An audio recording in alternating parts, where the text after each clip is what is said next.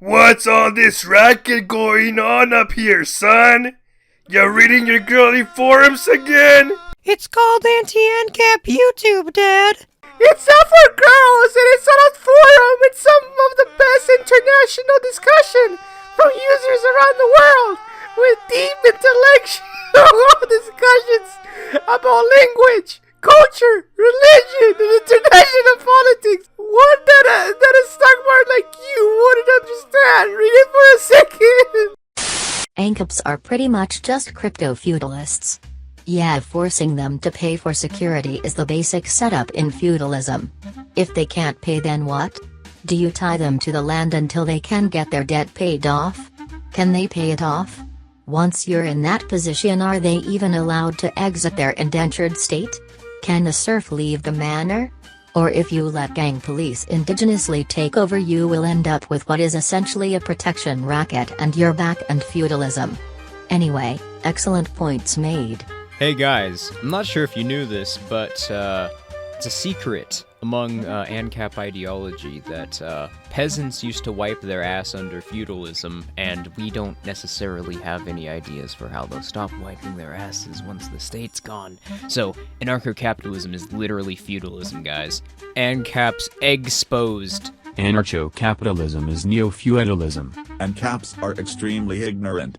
Anyone who thinks that the Enlightenment is a good basis for economic theory should jump in a time machine and go back to 1865 New York or London. Drug prohibition is a capitalist scheme by Big Pharma. Mexican drug cartels.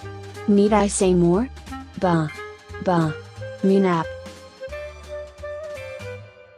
It can exist, and a good example was Somalia. From 1992 to 2007, capitalists got a power and starved people to death without a government.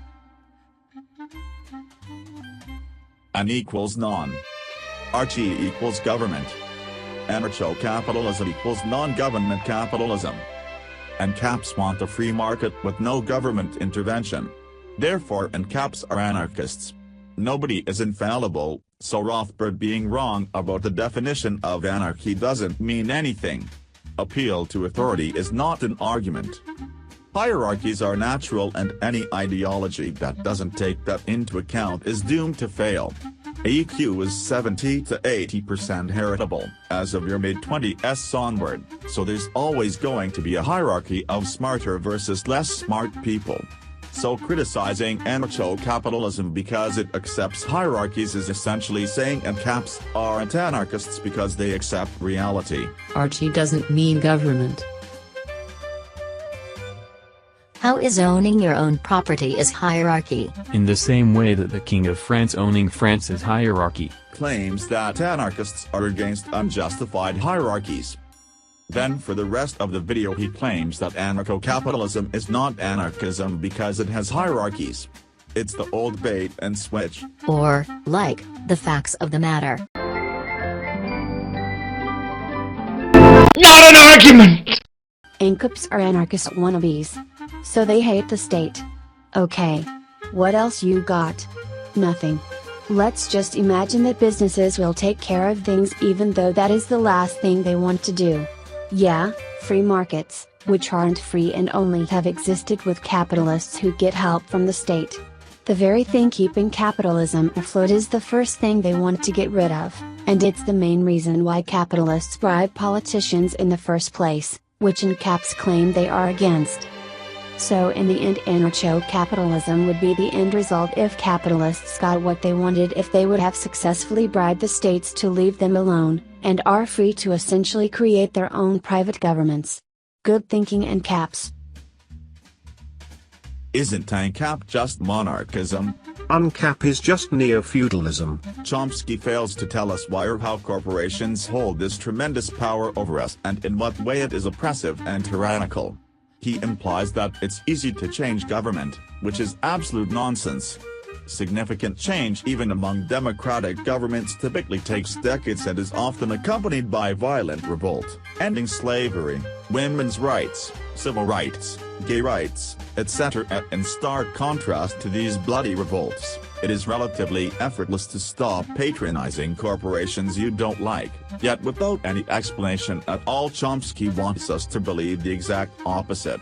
On top of this, his speech is chock full of strange personal attacks, comparing those who are skeptical of government with people who believe in Lucifer, aliens and conspiracy theories in general, which are desperate attacks of someone who has no rational points to make.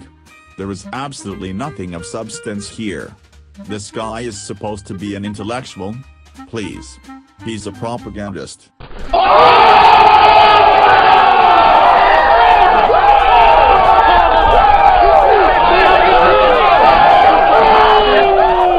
You are blind. You spend a lot of time framing what government is from your far right libertarian perch.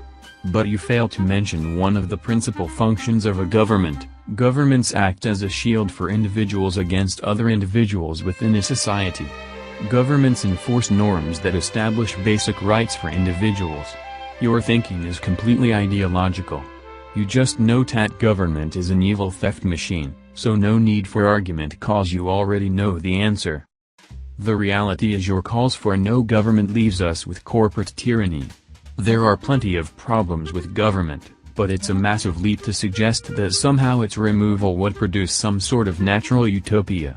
All it would do is allow for individuals to abuse other individuals, even more so than is now possible, and suspended the norms, for example human rights, that are imposed by that now disappeared institution. You would submit us to a brutal, feudal world we have spent hundreds of years trying to escape because you imagine the government as the source of all problem.